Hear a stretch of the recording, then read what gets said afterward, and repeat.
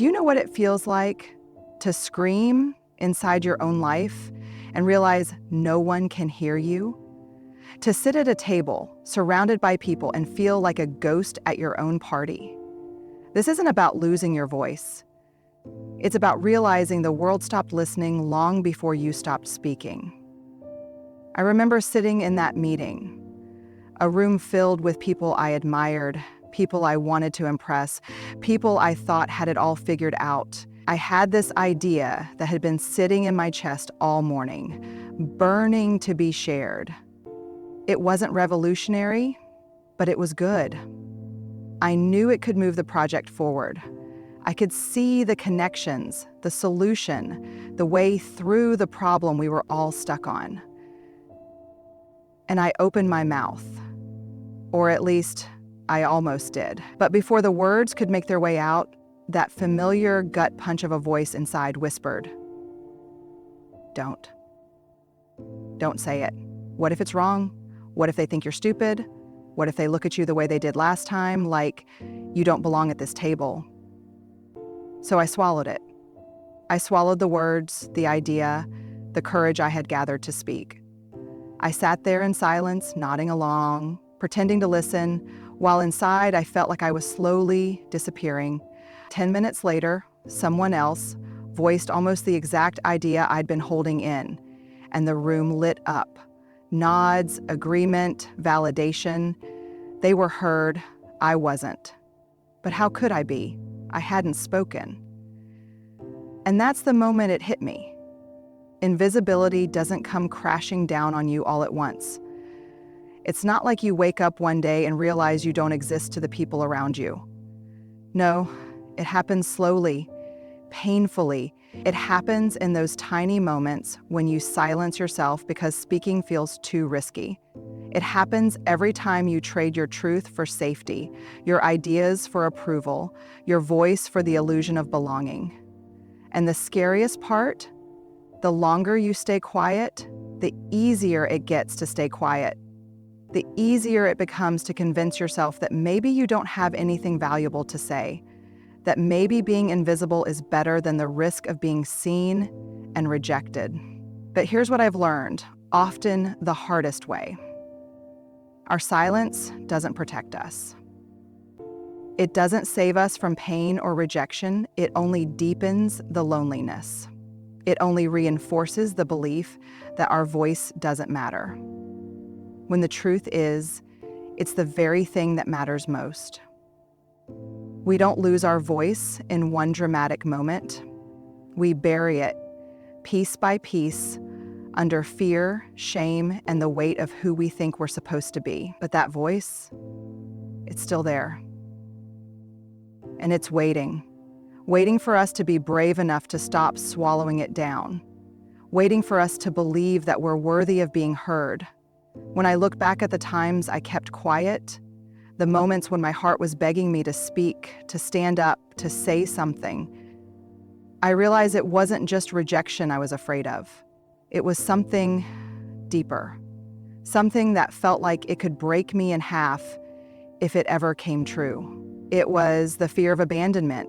I remember being a kid and sensing it so early that love could be fragile, conditional, that if I was too loud, too opinionated, too emotional, the people I depended on might pull away, that if I took up too much space, I might lose the very connection I needed to feel safe. So I learned how to shrink myself, how to stay small, how to read a room faster than I could read my own feelings, how to guess what everyone wanted from me and give it, even if it meant betraying what I wanted. Maybe you know that feeling too. Maybe you've been in a room full of people who said they loved you, but you felt like you were walking on eggshells, terrified of saying the wrong thing, terrified that the wrong word could shatter everything. So you chose silence. Not because you didn't have anything to say, but because the cost of speaking felt too high. Because deep down, you weren't just afraid they'd reject your words, you were afraid they'd reject you, that they'd leave, that they'd stop seeing you, stop loving you, stop needing you. And here's the cruelest irony of all. Every time we silence ourselves to avoid being abandoned, we end up abandoning ourselves. We abandon our truth. We abandon our needs. We abandon the parts of us that are desperate to be seen and heard. And that self-abandonment, it's the loneliest feeling in the world. I've learned through my own messy, painful journey and through the stories of so many others that this fear of abandonment is so often rooted in our earliest experiences. The times we felt like we had to earn love by being good, by not rocking the boat, by being easy, quiet, agreeable. The times we were taught, not always with words, but with looks, with silences, with withdrawn affection, that our real feelings were too much. But the truth is this: the people who truly love you, the people who are meant to stay, they don't need you to disappear. They don't want a version of you that's been edited down to fit their comfort. They want you, the messy, honest, imperfect, glorious you. And the first person who has to stop abandoning you is you. Because when you choose yourself, when you choose your voice, when you choose to stay true, even when it's scary, you stop living in fear of abandonment. And you start building a life where you're never truly alone, because you're no longer leaving yourself behind. There's this particular kind of exhaustion that comes from pretending. And if you felt it, you know exactly what I mean. It's not just tiredness at the end of a long day. It's that soul-deep weariness from performing, from playing a part that doesn't fit, from smiling when you want to cry, from nodding when everything inside you is screaming no. I remember sitting across from someone who said, with all the right words, just be yourself. But the moment I showed even a glimpse of that self, maybe an opinion that didn't align, maybe a truth that made them uncomfortable, I could see it in their eyes, the subtle flinch, the change in tone, the shift in energy that said, actually, not like that. So I adjusted. I smoothed out my rough edges. I softened my truth. I laughed at things that weren't funny. I agreed with things I didn't believe. And I left that conversation feeling like I'd betrayed someone. And I had. I'd betrayed myself. That's the thing no one tells you about pretending. We do it because it feels safer in the moment. We think we're avoiding conflict, rejection, or disconnection. But the price is steep. Every time we betray who we are to fit in, we drift further from ourselves. We start to forget what our own voice sounds like. We lose track of what we want, what we believe, what we stand for. And it's so subtle, isn't it? It starts with small compromises. I'll just keep quiet this time. It's not worth the argument. I'll say yes, even though I mean no. But over time, those small betrayals add up. And one day, you look in the mirror and you don't recognize who's looking back at you, because you've spent so long trying to be what everyone else wanted that you forgot how to be you. Psychologists call this self-alienation, that disconnect between who we are and how we show up in the world. And it's not just painful, it's dangerous. It fuels anxiety. It feeds depression. It keeps us stuck in relationships and jobs and lives that don't nourish us, because we're so busy playing a role that we've forgotten we have the right to choose differently. But here's the truth that saved me, and maybe it'll save you too. You don't reclaim your voice by figuring out the perfect thing to say. You reclaim it by refusing to keep saying what you don't mean. You stop pretending, even if your voice shakes, even if it costs you approval, because the cost of the betrayal is always greater. And when you finally stop pretending, that's where the healing begins. That's where you come home to yourself. And that is where you start to truly be free. I wish I could tell you that the first time you speak your truth after years of silence It will come out strong and steady, like a battle cry. I wish I could say that you'll feel powerful and fearless, that the world will stop and listen, that you'll finally feel seen. But that's not how it happens, not for most of us. The first time you use your real voice, it doesn't feel like triumph. It feels like trembling. I remember mine, that moment when I decided, this time, I won't stay silent. I felt the words forming, small and fragile, like they'd forgotten how to exist outside my chest. My throat tightened. My heart raced so hard I thought I might pass out. And when I finally spoke, it wasn't loud, it wasn't confident, it was barely more than a whisper. But let me tell you, that whisper was everything. That shaky, uncertain voice was the loudest I had ever been, because it was true. It was the first time I let my real self step forward, even if only for a moment. No one in the room clapped, the world didn't change, but I did. I felt it, that flicker of freedom, that tiny spark of belonging, not to them, but to myself. And that, more than any applause, was what I'd been longing for. The truth is, your voice doesn't come roaring back after you've buried it. It starts small, tentative, and that's okay. Because every time you use it, every time you let that whisper out, it grows stronger. The shaking stops. The words come easier. Your truth starts to feel like home again. You don't have to wait until you're sure the world will welcome what you have to say. You don't even have to wait until you stop being afraid. Because the strength isn't in how loud you speak. It's in the choice to speak at all. Psychologists call this a form of exposure. Each small act of courage teaching your brain that the danger you imagined isn't as powerful as it seemed. That speaking your truth isn't fatal as it seemed.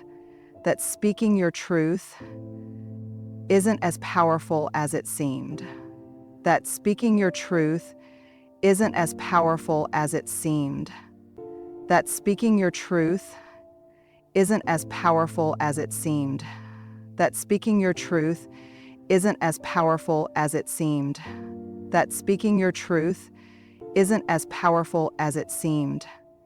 That speaking your truth isn't as powerful as it seemed.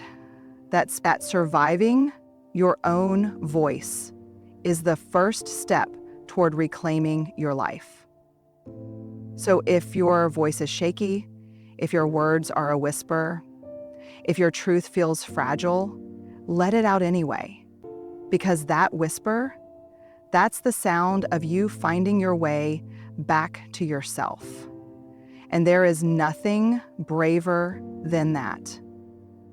There was a night I'll never forget, the kind of night where the house is quiet, but inside your head, it's like a storm. I sat there in the dark, the weight of all the things I hadn't said pressing down on my chest, the conversations where I'd stayed silent, the moments I'd smiled and nodded, when I wanted to scream or cry or simply say, that's not okay.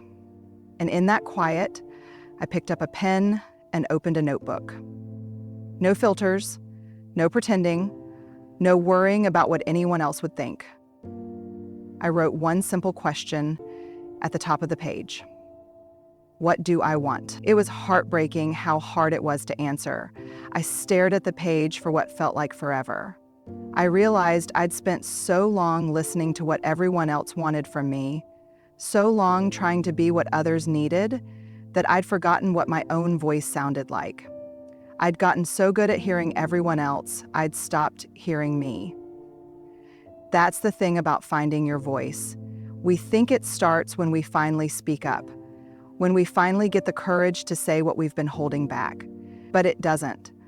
It starts long before that, when you get quiet enough to actually hear yourself. When you create the space to ask, what do I believe? What do I feel? What matters to me? And when you promise yourself that the answers will matter, even if no one else ever hears them. It's easy to think that courage is about being loud, but the truth, courage begins in the quietest moments, when you sit with yourself and decide you're done ignoring that small, honest voice inside. Oh. Because until you hear yourself, until you listen to yourself, you can't expect the world to hear you. Psychologists talk about self-compassion and attunement, the idea that we must be in tune with our own needs, our own truth, before we can express it outwardly. If you don't know what your heart is saying, how can you ask others to listen? So that night, in the dark, I kept writing. Slowly the words came, hesitant at first, but then with more certainty, and I realized my voice had been there all along. It was never gone, it was just waiting for me to stop drowning it out with fear, with expectations, with noise. And here's the deepest truth I can offer you. Your voice doesn't need permission. It doesn't need validation. It doesn't need the world to be ready. It just needs you to be ready to hear it. And once you do, that's when the world will start to hear you too. Because the courage to be heard doesn't begin at the moment you speak. It begins at the moment you finally, truly listen. So if you're sitting there feeling invisible, I want you to know your voice is not gone. It's right there, waiting for you to stop apologizing for it, to stop hiding it behind smiles that don't reach your eyes. The world doesn't need another person who fits in.